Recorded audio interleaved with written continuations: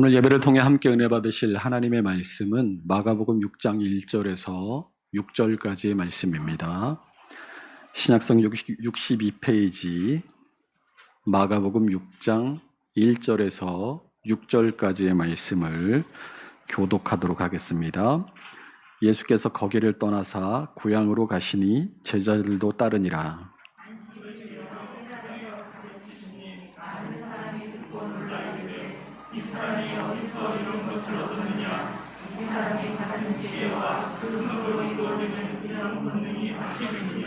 이 사람이 마리아의 아들 목수가 아니냐? 야고보와 요셉과 유다와 시몬의 형제가 아니냐? 그 누이들이 우리와 함께 여기 있지 아니하냐 하고 예수를 배척한지라.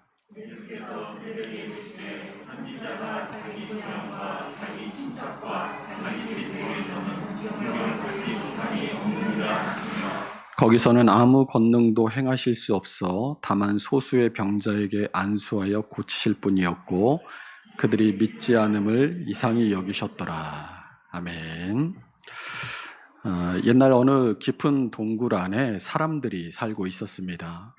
이들은 평생 목과 다리에 사슬이 매인 채 오로지 눈앞에 보이는 이 동굴의 벽에 비치는 그림자만을 보고 살아왔습니다. 그림 보여주세요. 이들은 이 그림자가 진짜라고 믿으면서 살았습니다. 왜냐하면 태어나서 지금까지 본 것이라고는 그 그림자들밖에 없었기 때문입니다.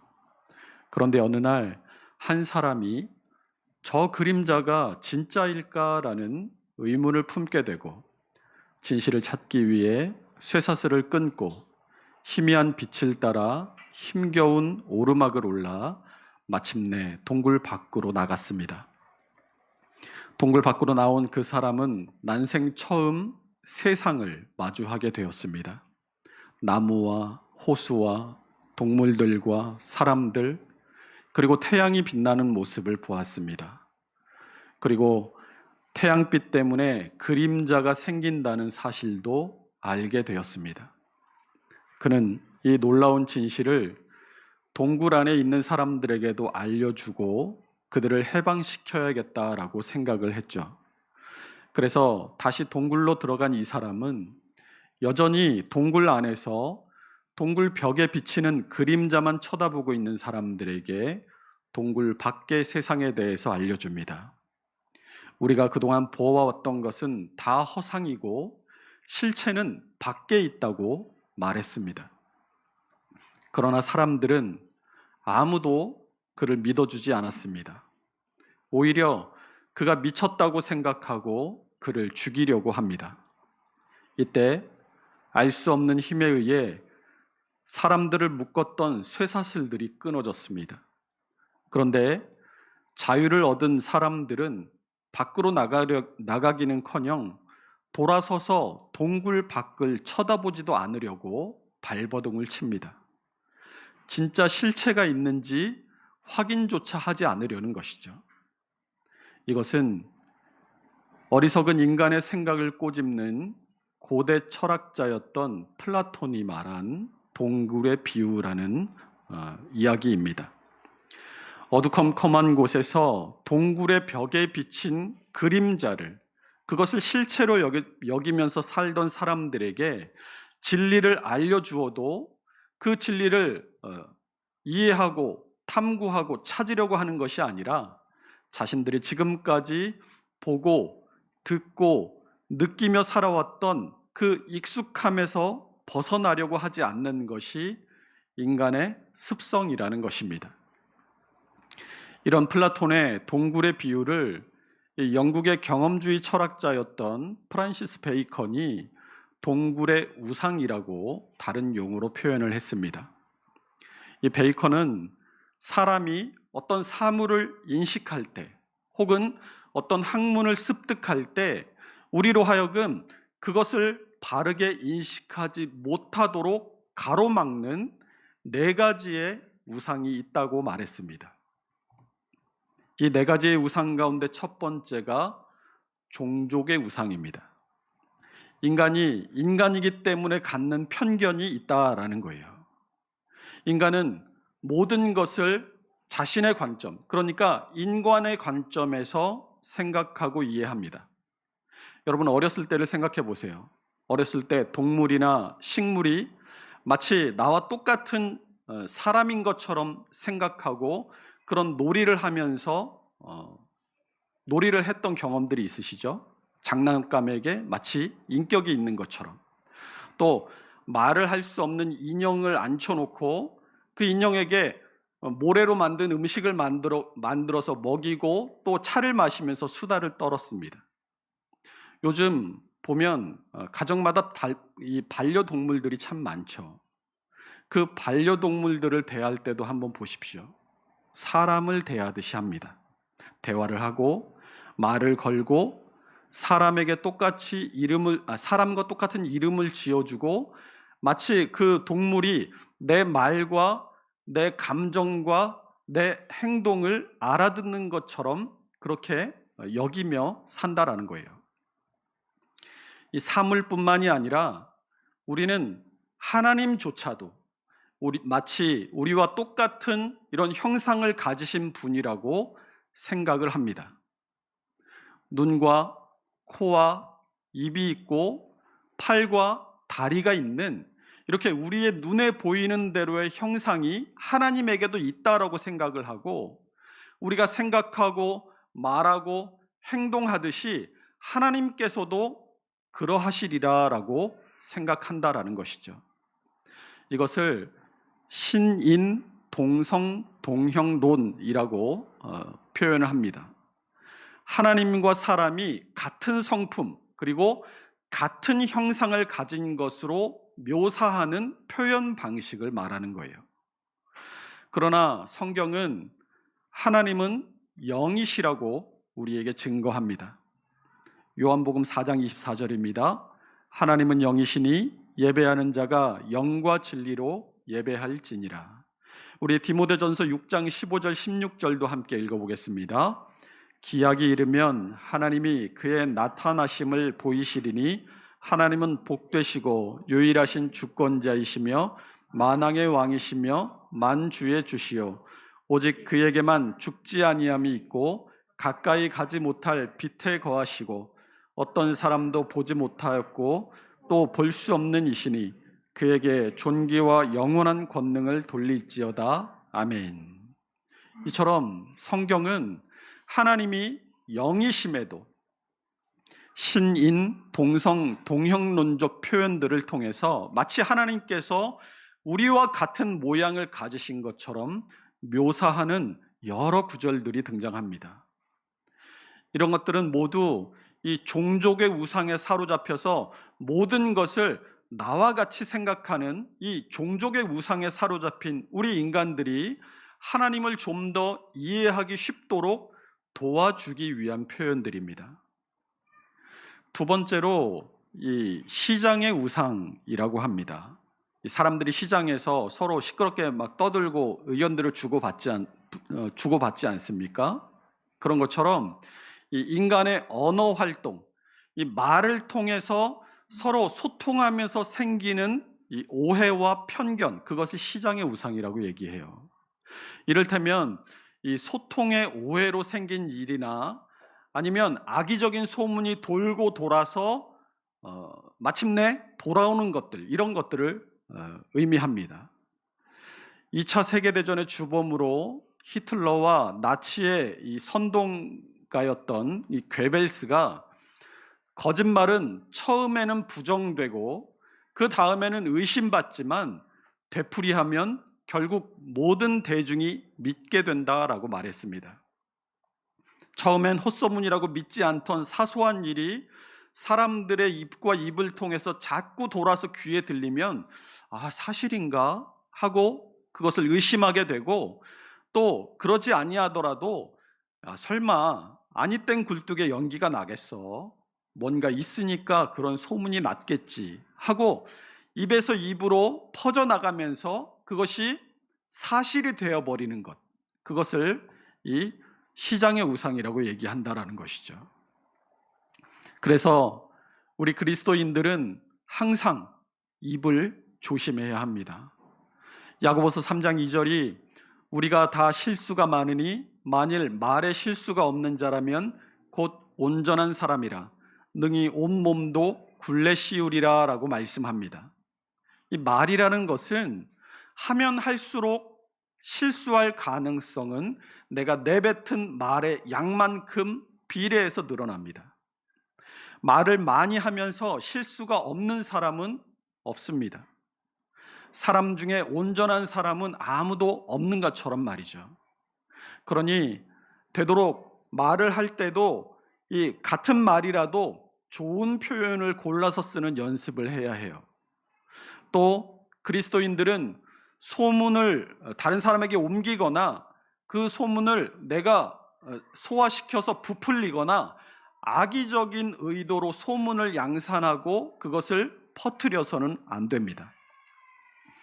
그러한 것들은 하나님에게서 나는 것이 아니라 악한 마귀에게서 나는 것이고 사람들의 삶을 지옥으로 만드는 것이기 때문입니다.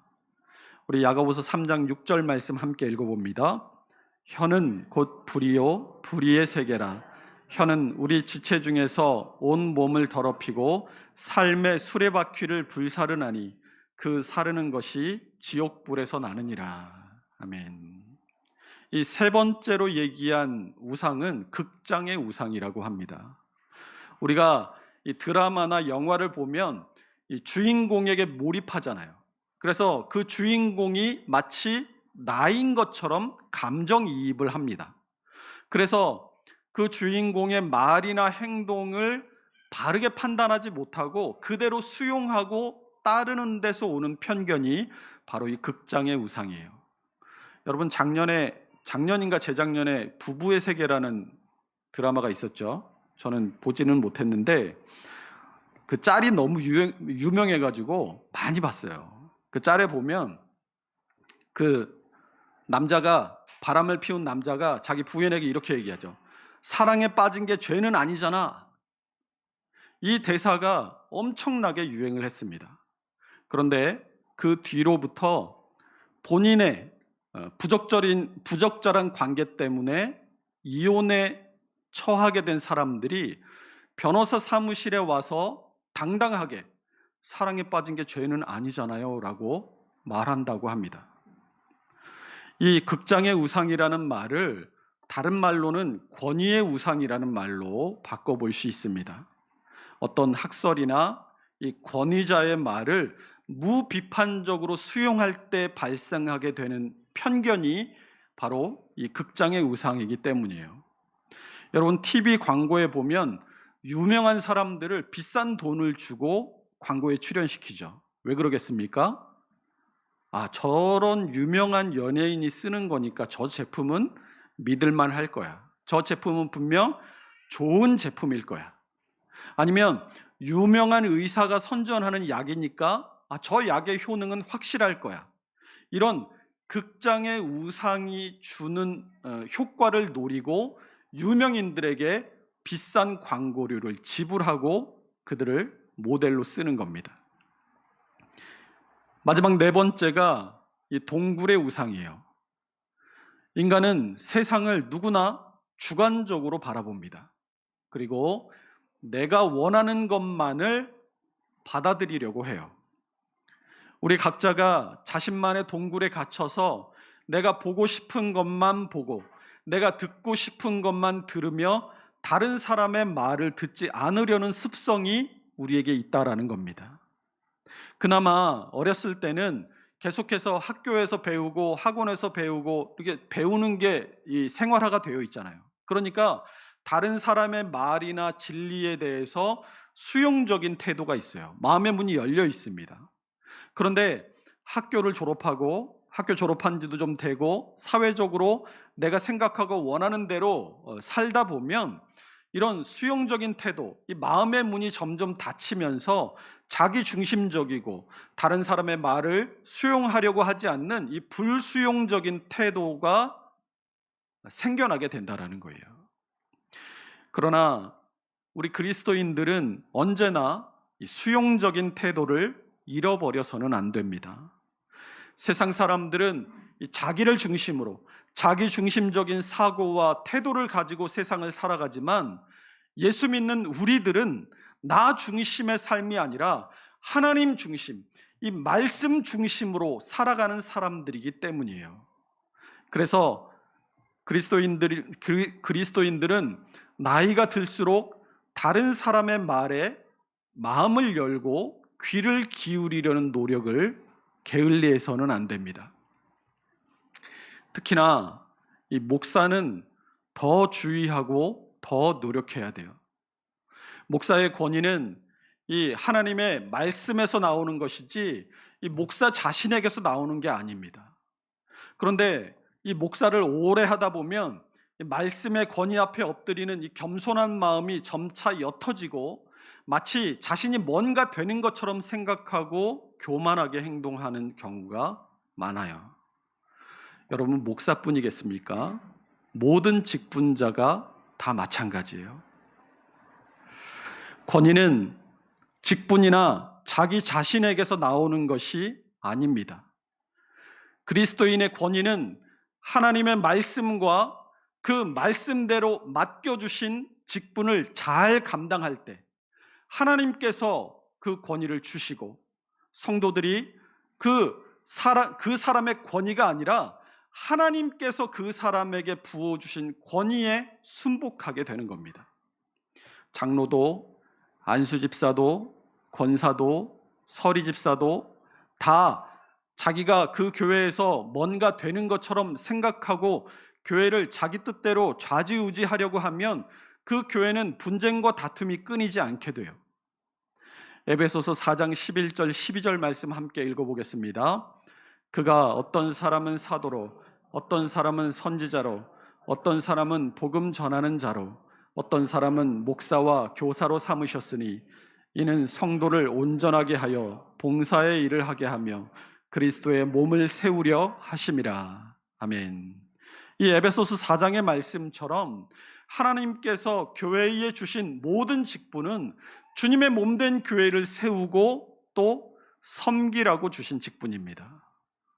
또 빌립보서 2장 1절에서 4절 말씀이 그러므로 그리스도 안에 무슨 권면이나 사랑에 무슨 위로나 성령의 무슨 교제나 긍휼이나 자비가 있거든 마음을 같이하여 같은 사랑을 가지고 뜻을 합하여 한 마음을 품어 아무 일에든지 다툼이나 허영으로 하지 말고 오직 겸손한 마음으로 각각 자기보다 남을 낮게 여기고 각각 자기 일을 돌볼 뿐더러 또한 각각 다른 사람들의 일을 돌보아 나의 기쁨을 충만하게 하라라고 말씀하고 있는 것처럼 내가 우리 교회의 가장 낮은 곳에서 가장 겸손한 모습으로 다른 사람을 섬기겠다라는 그런 마음가짐이 교회의 직분자가 가져야 할 가장 중요한 마음가짐이라는 것을 우리는 잊어서는 안 되는 것입니다. 이 프란시스 베이컨이 4가지의 우상을 말하면서 이 4가지의 이 편견, 사고를 벗어날 수 있는 방법을 한 가지로 제시했어요. 그것은 끊임없이 의심하라라는 것입니다. 그게 맞나? 그거 진짠가? 그거 확실해? 의심하고 확인하고 또 확인하는 과정을 통해서 우리가 진리에 한 걸음 더 다가갈 수 있다고 말했습니다. 이렇게 베이컨이 철학적 사유를 우상에서 벗어날 수 있는 방법으로 제시했다면 그럼 예수 믿는 우리는 그럼 어떻게 해야 될까요? 우리도 역시 끊임없이 의심해야 합니다. 그러나 베이컨의 방법과 우리의 방법은 무엇을 가지고 의심하는가 하는 그 의심의 기준이 다르다는 차이점이 있어요. 베이컨의 의심의 기준은 뭐예요?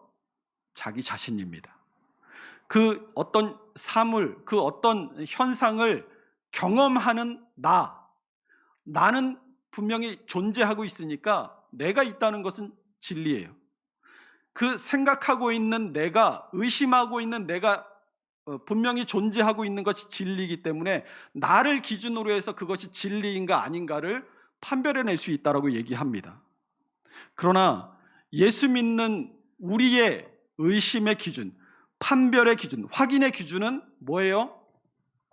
하나님의 말씀입니다. 내가 아니에요. 나 자신의 어떠함이 아니라 하나님의 말씀이 우리의 의심의 기준이라는 겁니다. 저거 진짜일까? 저 말이 진짜일까? 의심하고 확인을 무엇을 통해 하라고요? 하나님의 말씀을 통해서, 하나님의 말씀을 기준으로 확인해서 진리에 이르고 그 도달한 진리에 따라 생각하고 말하고 행동하라는 것입니다.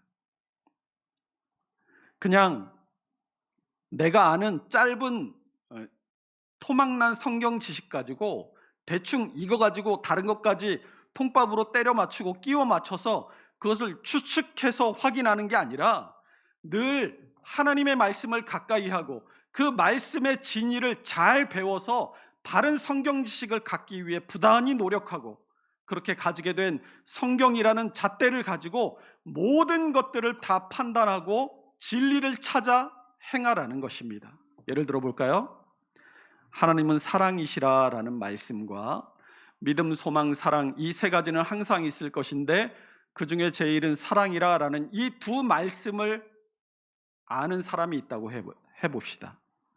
이 두 말씀을 안다고 모든 사람과 모든 상황에 이 두 가지 말씀만 가지고 대응할 수 있습니까? 없습니까? 대응할 수 없어요. 그렇게 해서도 안 됩니다. 이것만 이 하나님은 사랑이시라 그 중에 제일은 사랑이라 이 말만 아니까 죄를 짓고 회개하지 않은 사람에게도 야 우리가 무조건 사랑하라고 하셨으니까 우리가 먼저 용서하자 이런 결론이 나오는 거예요. 그런 결론은 잘못된 결론입니다. 하나님은 사랑의 하나님만이 아니에요. 사랑도 하나님께서 가지고 계신 여러 가지 속성 가운데 하나일 뿐입니다. 사랑도 하나님의 속성이지만 지혜도, 지식도, 선도, 사랑도, 거룩함과 의로우심도 또 진실하심도 하나님의 속성이에요. 그러면 이 하나님은 사랑이라는 이 하나님의 한 가지 속성만 안다면 무조건 우리는 누군가를 용서해야 돼요. 그러나 죄를 미워하시고 그 죄를 가까이 하실 수 없는 하나님의 거룩하심과 의로우심과 진실하심의 속성을 우리가 알고 있다면 그 사람이 분명한 회개와 회개에 합당한 열매가 맺혀질 때라야 우리가 용서할 수 있다는 하나님의 거룩하심과 의로우심과 사랑의 속성, 이 모든 속성을 다 충족시키는 진리를 알고 그에 따라서 행하게 될 수 있다는 겁니다.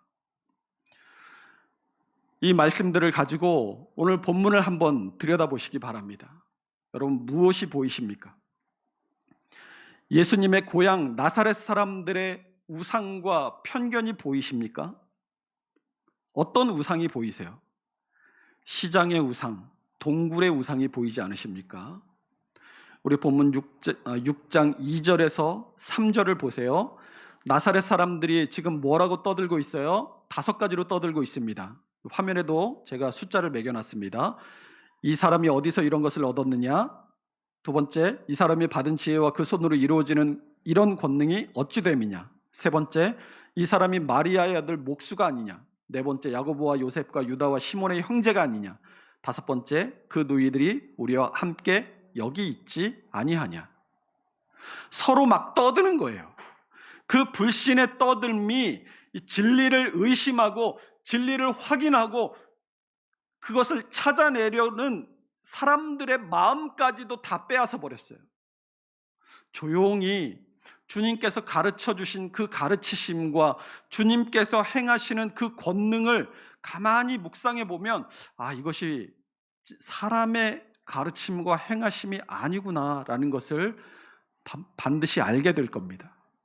그런데 그것을 알게 되고 이 진리를 더듬어서 찾아서 구원에 마침내 이르는 길을 발견하게 될 텐데 조용히 묵상해야 할 사람들까지도 마구 떠들어대는 거예요.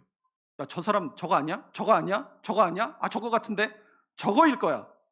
예수님의 가르치심과 행하심에 대한 이야기가 아니라 자신들이 이전에 알고 있었던 정보들을 가지고 뭘 하는 거예요? 안 믿기 위한 구실들을 지금 찾아내고 있는 겁니다. 동굴 벽에 비친 예수님은 어떤 예수님이겠어요? 자기들이 아는 마리아의 아들이고 목수이고 야고보와 요셉과 유다와 시몬의 육신의 형이고 그 여동생들이 지금 자기들과 함께 고향 나사렛의 여태 살고 있는 그 예수, 내가 옛날에 알았던 그 예수인 거예요. 내가 보고 듣고 경험한 것, 내 이성과 판단을 지금 벗어나는 거예요? 벗어나지 못하는 거예요? 벗어나지 못하고 있어요. 자유의 몸이 되었음에도 동굴 벽만을 끝까지 바라보고 절대로 뒤돌아서지 않는 모습이 나사렛 사람들의 모습 가운데 있습니다.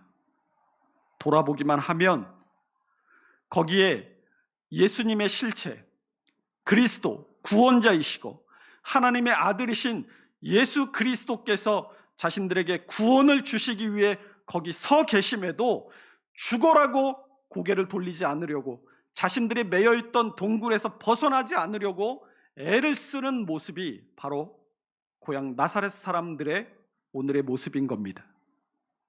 예수님도 4절을 통해서 이것을 이런 나사렛 사람들의 편견을 지적하고 계십니다. 우리 4절 함께 읽습니다. 예수께서 그들에게 이르시되 선지자가 자기 고향과 자기 친척과 자기 집 외에서는 존경을 받지 못함이 없느니라 하시며, 이게 무슨 말이냐면 선지자가 자기 고향과 친척과 자기 집에서는 존경을 받지 못한다라는 이 유대인의 속담을 인용하신 거예요. 예수님께서 인용하신 이 속담은 사람들의 선입견이 편견을 지배한다는 의미예요. 선입견이 진리로 가는 그 길을 가로막습니다. 이 고향 사람들은 선지자가 소명을 받기 이전에 그 선지자의 모습을 알고 있잖아요. 그래서 아유, 저거 어렸을 때 맨날 똥오줌 못 가리고 뭐던 저 어린 놈 거, 저거 맨날 학교에서 빵점만 맞던 거, 이러고 그 선지자를 인정을 안 해주는 거예요. 나사렛 사람들의 말도 이겁니다. 예수님이 어렸을 때 자기들하고 같이 부대끼면서 살던 그때의 모습, 어리고 미숙했던 예수님의 모습만 기억할 뿐이지, 지금 예수님이 하나님의 구원의 사역을 감당하시기 위해 공생애를 시작하셨음에도 불구하고 여전히 이 과거에 집착해서 현재의 예수님의 모습을 인정하지 않는다는 거예요. 편견은 진실을 향한 눈을 가립니다. 편견에 사로잡힌 사람들은 진실이 무엇인지 그 사실에 대해 궁금해하지도 않아요. 그저 내가 바라보는 것, 내가 믿기려 한 것, 그것을 중심으로 모든 사실을 왜곡해버립니다. 여러분, 평생 같은 교회에서 신앙생활 잘하고 늘 착하고 좋기만 했던 사람들이 예전에 분쟁 생기고 나서 어떻게 변했어요? 아무리 얘기하고 진실을 말하고 설득을 해도 돌아서질 않아요. 왜 그런 거예요? 이미 선입견이 생겼고 안 믿기로 작정하니까 무슨 말을 해도 듣질 않습니다. 5절 이하를 한번 보세요. 거기서는 아무 권능도 행하실 수 없어 다만 소수의 병자에게 안수하여 고치실 뿐이었고 라고 말씀하죠. 거기서 아무 권능도 행하실 수 없었다라는 말은 이처럼 이 패역한 성읍에서는 예수님께서 더 이상 이적을 베풀지 않기로 하셨다라는 뜻이에요. 이들은 믿음이 없는 게 아니라 믿지 않기로 그들 스스로 작정했기 때문입니다. 6절에서 예수님께서 그들이 믿지 않음을 이상히 여기셨더라라고 하죠. 지금 예수님은 무슨 일을 하고 오신 거예요? 우리 마태복음 5장을 통해서 무슨 일들을 우리가 앞에서 살펴봤습니까? 걸어서 귀신을 쫓아내서 광인을 깨끗하게 하시고, 혈루증 여인의 병을 고치시고, 죽은 야이로의 딸을 살리시고 난 뒤에 지금 고향으로 오셔서 고향 사람들에게 말씀을 가르치셨습니다. 나사렛 사람들이 그 예수님의 가르침을 듣고 진리의 진리에 대해 마음을 열고 그 진리를 수용하기만 하면 귀신 들린 자를 깨끗하게 하시고 모든 질병에서 치유하시며 죽은 사람을 살리게 하시는 그 권능을 누릴 수 있어요, 없어요? 누릴 수 있어요. 그런데 그들의 편협한 사고와 다친 마음이 자신들이 누릴 수 있는 자유와 권리와 자유와 권능과 진리를 막아버린 겁니다. 그런데 이 6절이 밝히고 있는 것처럼 그들에게 믿음이 없었어요. 그들에게 필요한 것은 딱 하나 뭡니까? 오직 믿음이었다라는 거예요. 이것을 통해서 뭘 알 수 있냐면 우리 안에 있는 우상과 편견을 깨트리고 진리를 보고 그 진리를 찾고 그 진리를 따라갈 수 있는 유일한 방법이 뭐라는 거예요? 믿는 거라는 겁니다. 믿어야 돼요. 믿어야 진리를 발견할 수 있고 진리를 따라 살 수 있어요. 진리가 있다는 말을 듣고 의심하고 확인하고 찾아야 합니다. 예수님께서 그들에게 진리를 안 가르치셨어요? 2절 상반절 보세요. 고향에 가셔서 안식일 날 회당에서 가르치셨습니다. 예수님의 가르침, 하나님의 말씀을 듣고 그 말씀대로 의심하고 확인하고 또 확인해서 진리를 찾고 발견해야죠. 그리고 믿어야죠. 그러나 그러지 않았습니다. 우상과 편견을 넘어서지 못하고 끝끝내 진리를 외면한 사람들이 바로 이 나사렛 사람들이었습니다. 여러분, 우리의 이성과 판단으로 구원받는 일은 불가능합니다. 그러나 우리의 이성과 판단 너머에서 일하고 계시는 하나님을 우리가 믿음으로 바라보기만 하면 우리의 구원은 가능한 것인 줄로 믿으시기 바랍니다. 우리의 이성과 판단만 가지고 한번 100번 생각해 보세요. 하나님이 존재한다고 여러분 확신할 수 있습니까? 예수 믿는 우리도 시시때때로 예수님이 진짜 계시는 분일까? 하나님이 진짜 계실까? 여러분 의심하시잖아요. 목사인 저도 가끔 의심합니다. 우리의 이성과 판단만으로는 하나님의 존재를 확신할 수 없어요. 믿음으로 우리가 그것을 수용하지 않는다면 우리 삶 속에서 일어나고 있는 내가 할 수 없고 이해할 수 없는 일들이 그것이 하나님의 섭리로 이해되는 것이 아니라 그냥 팔자고 우연이고 그냥 행운일 뿐인 거예요. 혈루증 여인의 사건을 통해서 주님은 우리에게 믿음이 필요함을 가르치셨습니다. 야이로의 딸을 다시 살리신 사건을 통해서 그 믿음이라는 것은 나의 생각을 뛰어넘을 때 가능한 것임을 주님은 우리에게 또한 알려주셨어요. 그리고 오늘 본문의 고향에서 배척받으시는 사건을 통해서 자신의 생각과 판단을 뛰어넘는 믿음이 가져오게 되는 결과와 자신의 생각을 뛰어넘지 못했을 때 가지고 오는 결과를 지금 우리에게 비교해서 보여주고 계십니다. 믿음은 구원을 낳고 불신은 멸망을 낳게 됩니다. 우리 요한복음 3장 18절 말씀 함께 있습니다. 그를 믿는 자는 심판을 받지 아니하는 것이요 믿지 아니하는 자는 하나님의 독생자의 이름을 믿지 아니하므로 벌써 심판을 받은 것이니라. 아멘. 오늘 말씀을 통해서 내 안에 수많은 우상과 편견이 있다는 사실을 알게 된 우리는 이제 어떻게 해야 되겠습니까? 내 생각과 판단을 뛰어넘어 내 안에 있는 우상을 깨트리고 하나님의 말씀을 믿고 신뢰함으로 믿음의 삶, 구원의 삶, 영생의 길을 따라 살아가야 하지 않겠습니까? 우리 모두가 우리 자신을 중심으로 생각하고 나 자신을 의지하려는 내 안의 모든 우상들을 깨트리고 하나님의 말씀을 온전히 믿고 수용함으로써 진리를 찾아 행하는 복된 믿음의 사람들이 다 될 수 있으시기를 주님의 이름으로 축원합니다.